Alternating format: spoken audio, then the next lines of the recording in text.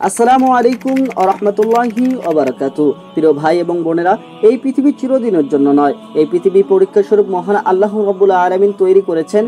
মানুষ যেমন মরণশীল, প্রত্যেক প্রাণী যেমন মরণশীল, ঠিক তেমনি পৃথিবীও মরণশীল। সুন্দর এই পৃথিবী ধ্বংস হয়ে যাবে এক সময়।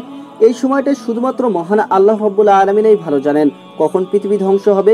কিয়ামত সংগঠিত হবে তখন যখন কোনো লোক আল্লাহ সুবহানাহু ওয়া তাআলার ইবাদত করবে না, আল্লাহর নাম বলার মতো লোক খুঁজে পাওয়া যাবে না।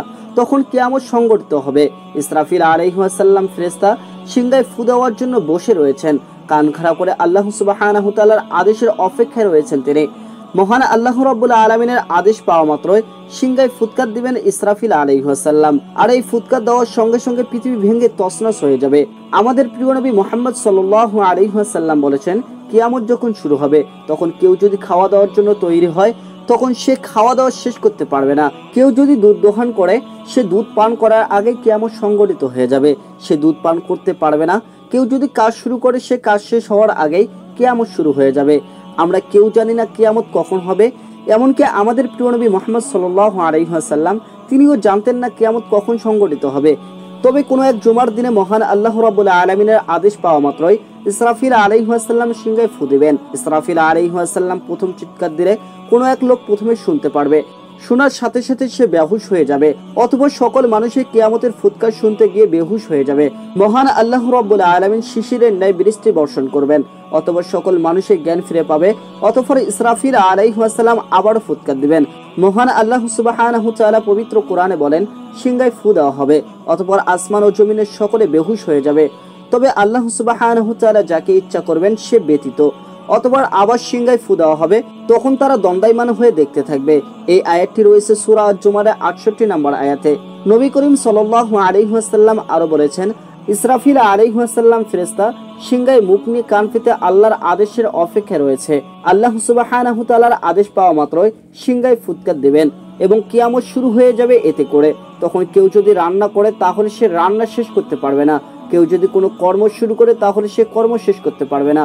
দুধ দোহন করা হলে দুধ পান করার আগে কিয়ামত সংগঠিত হবে। মহান আল্লাহ রাব্বুল আলামিন বলেন, আমি দুনিয়া সৃষ্টি করেছি জুমার দিন এবং দুনিয়া কিয়ামত করব জুমার দিনেই। মহান আল্লাহ রাব্বুল আলামিন আরো বলেছেন, কিয়ামত খুবই কঠিন ও ভয়ঙ্কর। কিয়ামত সংগঠিত হলে আসমান ও জমিনের সবকিছু ধ্বংস হয়ে যাবে। কিয়ামতের পূর্বে আল্লাহর নাম বলার মতো কোনো লোকেই পাওয়া যাবে না। কিয়ামত সংগঠিত হবে শুক্রবারে। এরপর মৃত্যুর ফেরেশতা আল্লাহর কাছে এসে বলবে, হে আল্লাহ, পৃথিবীর সকলেই মরে গেছে। আল্লাহ রাব্বুল আলামিন বলবেন, অবশিষ্ট আর কে আছে? আরশ বহনকারী ফেরেশতাগণ বাকি আছে। আল্লাহ তাআলা বলবেন, তাদেরকেও মৃত্যুবরণ করতে হবে, তারা সকলেই মারা যাবেন। মৃত্যুর ফেরেশতা আল্লাহর কাছে এসে বলবে, আল্লাহ, তারা সকলেই মারা গেছে। আল্লাহ রাব্বুল আলামিন আবারও জিজ্ঞেস করবেন, অবশিষ্ট কেউ আছে কি? তখন ফেরেশতা বলবেন, আমি বাকি আছি। আল্লাহ রাব্বুল আলামিন বলবেন, তুমি তোমার মাখলুকাত, তোমাকেও মৃত্যুবরণ করতে হবে। তখন মৃত্যুর ফেরেশতা সহ সকল ফেরেশতারা যাবেন। আসমান জমিনে কোনো কিছুই অবশিষ্ট থাকবে না, একমাত্র আল্লাহ রাব্বুল আলামিন ব্যতীত। যখন সবকিছু ধ্বংস ও সবকিছু শেষ হয়ে যাবে তখন আল্লাহ রাব্বুল আলামিন আসমান ও জমিনকে নিজ হাতে গুটিয়ে নেবেন। তখন মহান আল্লাহ রাব্বুল আলামিন বলবেন, দুনিয়ার রাজা বাদশারা কোথায়? কি কথা তিনি তিনবার বলবেন। জবাব দেওয়ার কোনো লোক থাকবে না। তিনি উত্তরে বলবেন, আমি প্রতাপশালী, আমি অহংকারী। মহান আল্লাহ রাব্বুল আলামিন পৃথিবী ও আসমান জমিন সবকিছুর মালিক। তার ক্ষমতার অধিকারী কেউ নন, একমাত্র তিনি সবকিছুর মালিক। আসমান জমিন এবং আসমান জমিনে যা কিছু আছে সবকিছুর মালিক একমাত্র মহান আল্লাহ রাব্বুল আলামিন। প্রিয় ভাই এবং বন্ধুরা, আজ এ পর্যন্ত। আপনারা সকলেই ভালো থাকবেন এবং সুস্থ থাকবেন। আল্লাহ হাফেজ।